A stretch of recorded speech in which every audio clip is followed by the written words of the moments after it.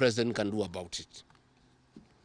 The president was also utterly livid that I exposed his grabbing of 5-acre piece of land inside Gong Forest, where he intends to put a private hotel. About my statement on post-election violence, this was a precautionary statement and not incitement. It is based on historical facts and past electoral experiences of 1992, 1997 and 2007 controversial elections, that we must have a free and fair election in 2027. It is my civic duty as a leader to remind the IEBC, all agencies and institutions charged with election management, that they must deliver free, fair, verifiable and credible election. I have heard the CS Interior and other pretenders to the throne claim that they will not allow political violence. I urge them to walk the talk. Since November 2024, political violence of great magnitude has been meted on me, my family and my supporters. Not a single case has been prosecuted.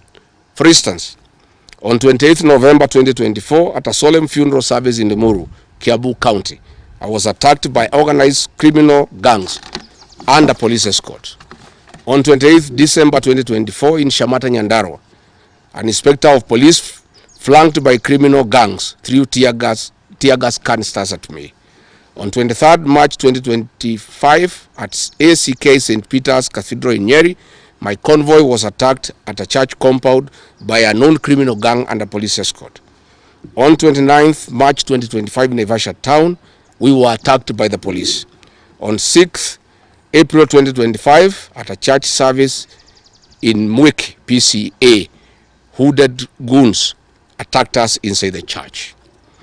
We dismiss with contempt the loose talk by CS Interior that during the DCP party unveiling, where goons dared to cause chaos were fighting for handouts from us. These were state-sponsored, but fortunately, they were overpowered by security personnel and supporters.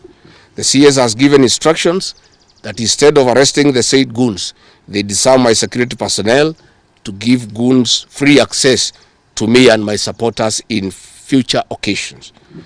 Let it be known that our party DCP has organic support, and we do not pay supporters to attend our meetings the way the government is doing to people to attend their meetings.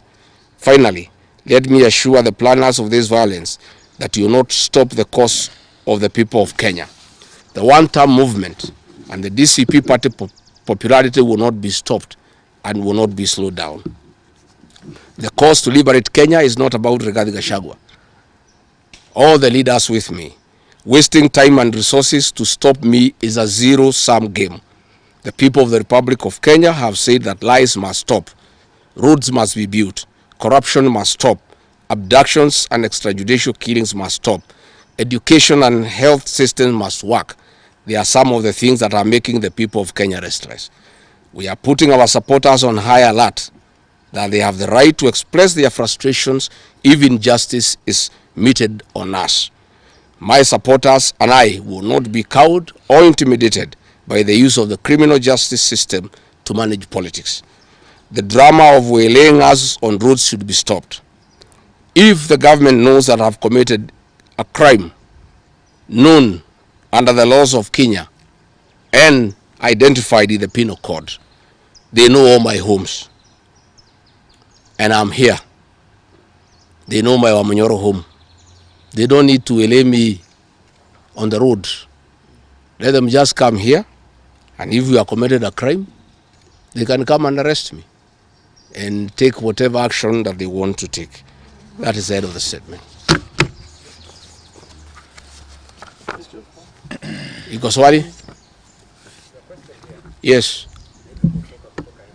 Yes. Have you been summoned by any investigative agency? There are concerns that maybe you've snapped some. I have not been summoned by anybody, and I'm waiting if there is any summon. What happened is that they wanted to plant weapons in my convoy, and they wanted to use chemicals so that they can paralyze our brain the way they did to Kenneth Matiba. And that is why we had to take an escape, an alternative route to get here. I would have wished they came here instead of wailing us on the road and using those dreaded criminals who are responsible for abductions and extrajudicial killings. And that squad works under the Director General of the National Intelligence Service. It's 101 officers who are recruited from the administration police, and they have been given special training by the National Intelligence Service, and they are responsible for the abductions and extrajudicial killings. And that is the squad that had been planned yesterday and mobilized so that they can incapacitate me and my people. Yes. Thank you so much. My name is Starn from Citizen TV. Just two questions from me. Have you reported the latest incident towards threats to your life? Report to who? These are the same people who want to kill me. How do you report to the people who are planning to poison your mind so that the brain can be paralyzed and then you become a vegetable? I cannot report. And I wrote to the Inspector General of Police and the Director of Criminal Investigations. Instead of answering the issues I had raised, told me to report to the next police station. Yet all these things have happened under the cover of the police. So it is useless to go and report to the police. That is why I'm talking to the people of Kenya, so that if anything happens to me, President William Ruto must be held accountable. And I want to say, when they hounded me out of office, I pleaded with my supporters to stay calm and express their displeasure by singing. That is no longer going to be the case correctly. Mine is a cautionary statement. And history is very important. During the finance bill of 2024, I did caution President William Ruto and the cabinet that it will bring problems because I listened to the people of Kenya. When a member of parliament from Rift Valley says that even if the votes are not enough, they will know how to manufacture them. When another leader from Rift Valley say they can rule for 24 years. These are the things that have put the people of Kenya on notice, and people are speaking. And as a responsible leader, I must caution IBC that the people of Kenya are saying, please don't try. And we are saying we must draw parallels from history. And all I was saying is that that has happened before in 2007, and it is possible it can happen now. And I was asking IBC to be patriotic enough to make sure they don't put the country into a crisis. That is all I did. I did not ask anybody to cause violence. I did not say people will fight each other. I just said, let's be careful. This has happened before, and it was bad. And from the way people are speaking, it could be worse. That is all I said. Enough. Yes, Waweru.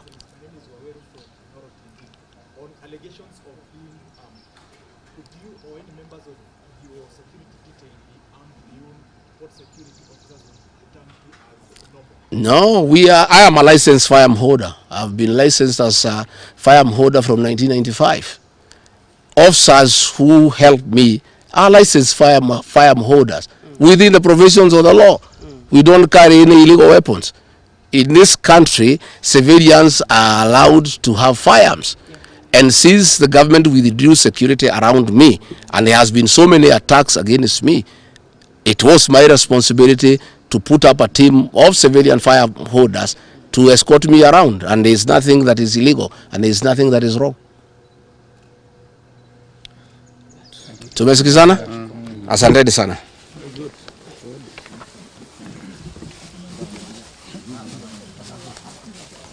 Karungo.